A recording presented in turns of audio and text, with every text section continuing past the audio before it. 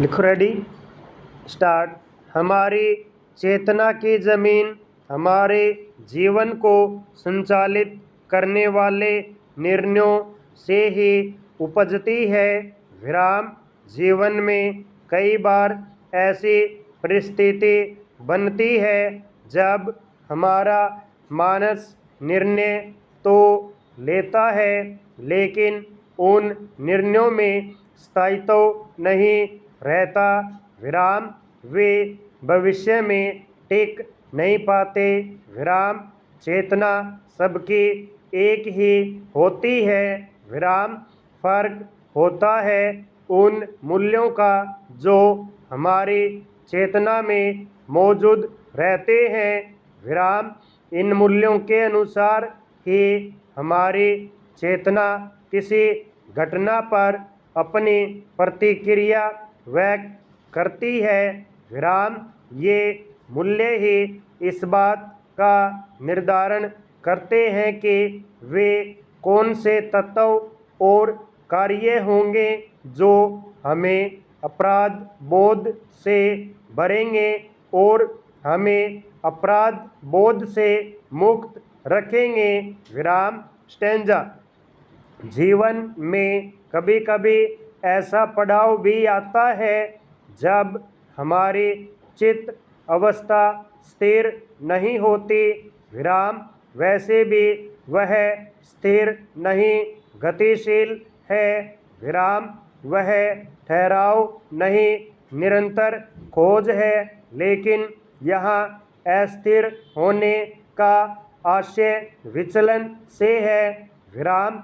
भीतर के प्रश्नों की यात्रा ठहरती नहीं।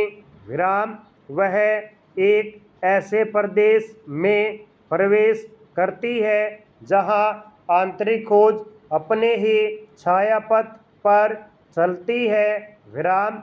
मगर अस्थिर मन में जब कोई हमारे अनुकूल काम होता दिखाई देता है, तब मन अपने आप ही किसी आंतरिक उत्साह से भर जाता है। विराम। वह छोटा सा उत्साह कितने दायित्वों को निभाने की ऊर्जा दे देता है, हम इसकी पूर्व से कल्पना भी नहीं कर सकते। विराम। जैसे अवसाद और आत्महत्या के केंद्र में होता है सहनशीलता का अभाव, ठीक वैसे ही उत्साह और जागरूकता के केंद्र में प्रोत्साहन भी एक कड़ी है। विराम। जीवन में ऐसे कई अवसर आते हैं जब हम उत्साहित होकर किसी लक्ष्य को साधते हैं, लेकिन जागरूकता के अभाव में उस लक्ष्य का अपेक्षित परिणाम नहीं पाते। ठीक इसके उल्ट एक व्यक्ति के भीतर किसी काम या लक्ष्य को हासिल करने की क्षमता हो तो उसके भीतर उत्साह की कमी हो तो उसके लिए आसान राह भी मुश्किल होगी। विराम।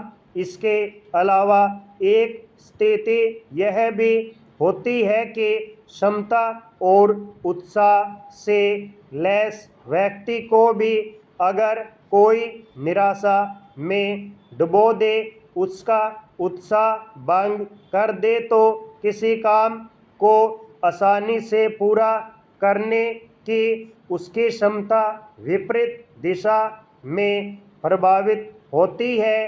विराम।